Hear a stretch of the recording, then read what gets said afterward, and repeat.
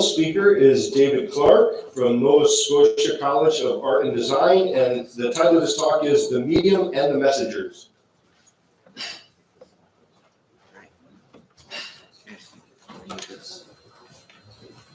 Yeah, if you don't have HDMI.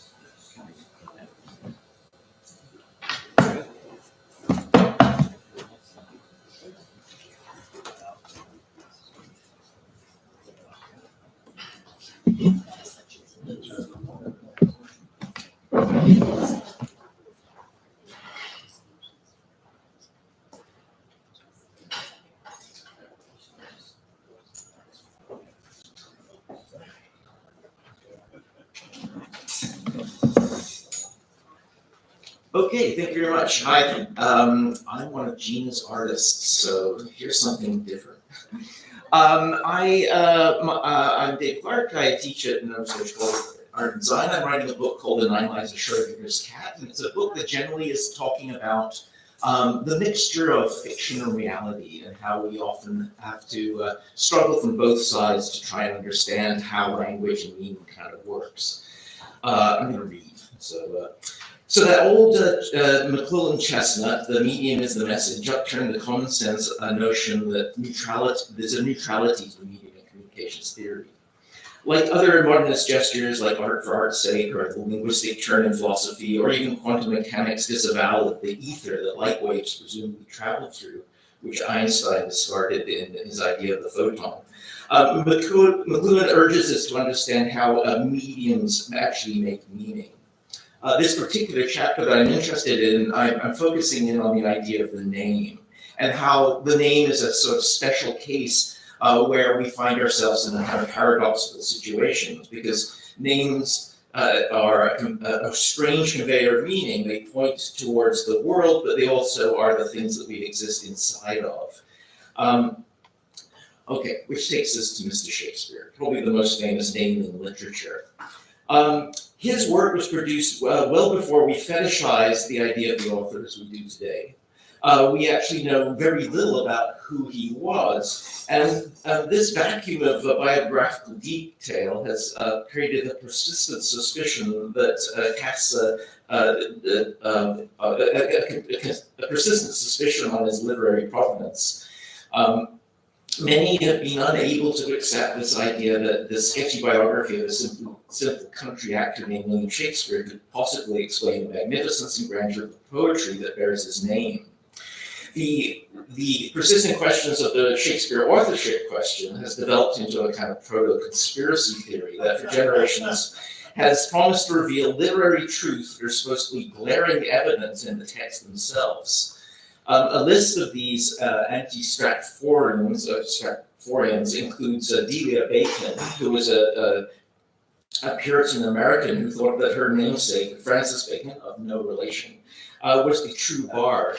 It also included the rather unfortunately named Thomas Looney, who asserted that Edward de Vere, the Earl of Oxford, was the secret ghostwriter of Shakespeare's work, even after Oxford died, it seems. The ideas of Looney were enthusiastically embraced by Mark Twain, Helen Keller, and Sigmund Freud. And Freud was so enthusiastic about it that he renounced his Oedipal readings of Hamlet. He developed an interpretation of dreams, and in fact, his colleagues would often have to kind of like steer him away from the Shakespeare authorship questions because he was so fanatical about it. The theater critic Percy Adam put forward a rather novel variation of the Oxfordian view based on his close reading of the Shakespeare sonnets. Allen surmised that De Vere and the so-called Virgin Queen were in fact the mysterious, long sought-after dark lady and fair youth of the sonnets. He also solicitously suggested that they had a child together. But it gets weirder. A further variation of this Prince Tudor theory suggests that, unbeknownst to the parties, De Vere was actually Elizabeth's illegitimate offspring from a previous affair with Robert Dudley, the first Earl of Leicester. And this Oedipal twist, one might say an Oxfreudian interpretation, was actually adapted straight-faced as the premise for this over-the-top 2011 film Anonymous. So many of these alternative authorship theories are based on the premise that works of fiction express something truthful about the author that can be forensically derived from the texts. This notion of self-expression, whether consciously or unconsciously present in a particular modern idea, whether it's conscious or unconscious, is a particularly modern idea about literature. And we have to remind ourselves, of course, that Shakespeare wrote well before we had any kind of conception of this idea of autobiographical writing. But Percy Allen's determination to get to the bottom of the authorship question went beyond that even further. He was frustrated by the mere textual analysis, and so he employed a spiritualist medium named Hester Dowden, who used an Ouija board to contact the spirits of Shakespeare, Oxford, Bacon, and Queen Elizabeth, and all who confirmed Allen's hunches that De Vere was the real bard. And these generous specters, and of course, even very, very kind to correct mistakes by misguided spirits who, when Dowden had made inquiries for another client, told that it was Francis Bacon who was actually the true author of Shakespeare. So, although Hester Dowden claimed to be just the pen of the spirits, kind of like the neutral medium of the message, in some ways we might want to employ a Freudian technique here of interpretation, because her recently the deceased father was in fact the preeminent Irish Shakespeare scholar Edward Dowden, and he spent much of his career debunking these Shakespeare authorship theories. And as much as he loved Shakespeare, he also loved to disparage the modernist writers such as Yeats and James Joyce.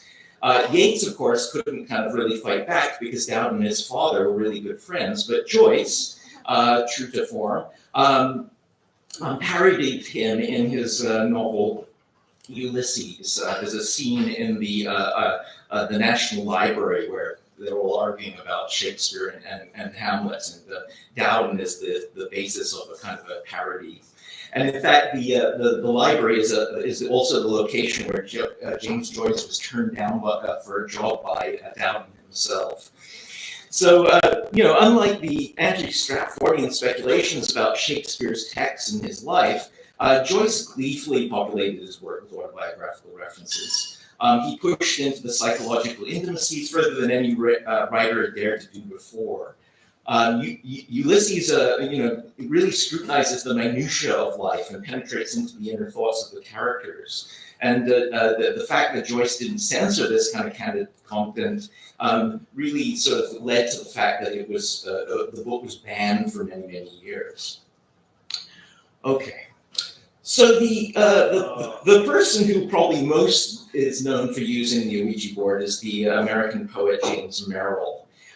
In fact, the Ouija board was really a bit of an obsession for Merrill. For 20 years, he and his partner, the writer David Jackson, would sit in the living room of their Stonington, Connecticut house underneath this beautiful turn-of-the-century dome, hands perched on the overturned blue and white cup from the 5 and 10 as it glided over their homemade Ouija board. And there, many, many acquaintances and eminent literary ghosts like Wallace Stevens, Yeats, Maya Deren, Auden, all visited them. They got to speak to gods and angels, and even Merrill's father, domineering and cool in life, came to visit, forgiving Merrill for not attending his funeral and seeming much more accepting of his son's homosexuality and death than he ever was in life. And in fact, at one point, Merrill even dallies with Hester Dowden's necrobartology. And he found out that Shakespeare was now a reincarnated nuclear physicist living in the United States. So Merrill used these years and years of Ouija boards to create his greatest work, The Changing Light at Sandover. Merrill is known for his use of puns, of constantly playing with language in many, many different languages. In fact, he had sort of like grown up with a governess who spoke both French and German. So he, of course, would realize that the Ouija board is constructed out of the words for yes in German and in French. And so, this idea of positivity, of accepting, of kind of like finding meaning where meaning maybe not, was embedded in the Ouija board and is part of its kind of charm. It's also like Molly Bloom's enthusiastic yes, I will yes, that ends the startling erotic inner monologue of Ulysses. So, we know this word yes, it invites us into the future, it's a doorway to the possible, it's, always say yes, it's the basis of improvisation. But in this memoir that his friend wrote, Alison Lurie, called Familiar Spirits, Alison Lurie noticed that the Ouija board was a game that got badly out of control, as they couldn't tell what was real or what was not. The board became a form of self-induced demonic possession to which Merrill, driven by his ambition to make poetry out of spirit messages, was especially susceptible, in which Jackson was enlisted against his will. So, Jackson started out being very enthusiastic, but later on started to kind of get tired of it. Even though, Merrill was really the one who kind of got the kind of spoils of the thing by making poetry out of this thing. Also, you might suspect that there's something about the noise that you find in the signal in the middle name of David Jackson. His name is actually David Noise Jackson, spelled in the kind of way that, sorry, I use the same graphic. The noise that comes to us is the thing that is not part of the message. And of course, if you think about the Ouija board, there it is right there. We also have to examine the fact that James Merrill himself was the son of Charles E. Merrill, the founder of Merrill Lynch Company. So he was a very privileged guy. He wasn't there's another Charles E. Merrill who was the president of Charles E. Merrill Publishing, and he in fact played an important role in the famous case that got Ulysses unbanned. So he was a friend of the judge who got that kind of figured out. That's a strange coincidence. But James Merrill was really considered the kind of Richie Rich of poets, and he seemed to kind of increasingly live in this kind of like world he created for himself in the Ouija boards. But the noise of the discontent of his country in the 1960s would collide with his life. On March the 6th in 1970, 3 giant explosions destroyed Charles Merrill's former townhouse at 18th West 11th Street in Greenwich Village, just a little way away from here. The house was being used by the weathermen who were assembling bombs in the basement meant to be used for a bombing campaign. But they accidentally went off and 3 of the members were instantly killed. And when the dust settled, 2 naked women crawled from the wreckage and slipped away to be fugitives. From then on, they were known as the Weather Underground. So the Weathermen, of course, were an offshoot of the Students for Democracy Society, and they believed that radical action was needed to steer the ship of state away from the disasters of war. And their name came from this line from a Bob Dylan song called Subterranean Homesick Blues, which is, you don't need a weatherman to know which way the wind blows. So this song, of course, if you know it, by Bob Dylan, it harkens back to the novel by Jack Kerouac called The Subterraneans. And in fact, you can see Allen Ginsberg there in the famous video that was done as part of the Penn Baker film, Don't Look Back. In a weird coincidence again, the Dylan song begins with these lines, Johnny's in the basement mixing up the medicine. And back in Dylan's time, the medicine, of course, would be codeine. And he was trying to make a connection to the kind of the drug culture of the time. But the medicine would be replaced in the late 1960s by violence and by bombs. The weathermen were trying to bring the war back home. They're trying to make it real. They're trying to bring the visceral horror of war from Vietnam back into conversation. And so this puts James Merrill in a strange kind of position because he, he wanted to reflect his life, he wanted to reflect his fantasies, but he also wanted to kind of use poetry to evoke more. So he did write a poem called 18th West 11th Street, and it's a strange kind of layered poem.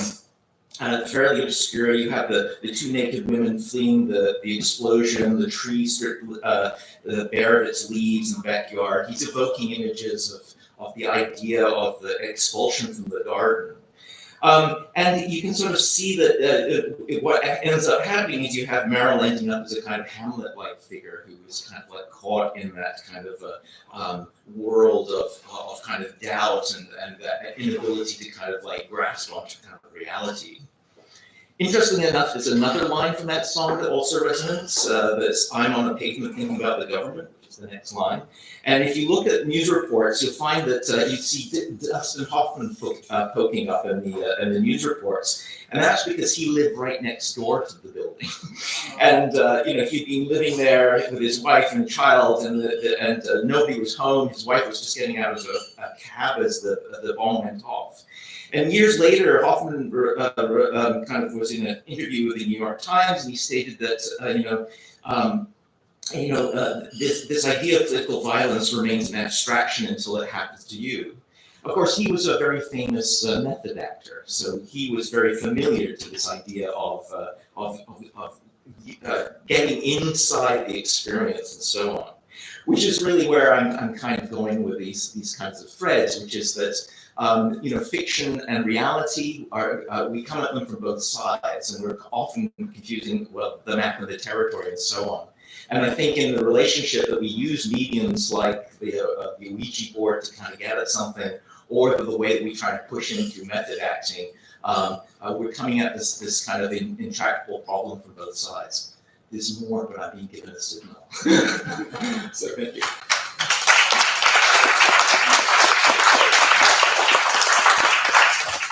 So again, I want to thank all of our panelists.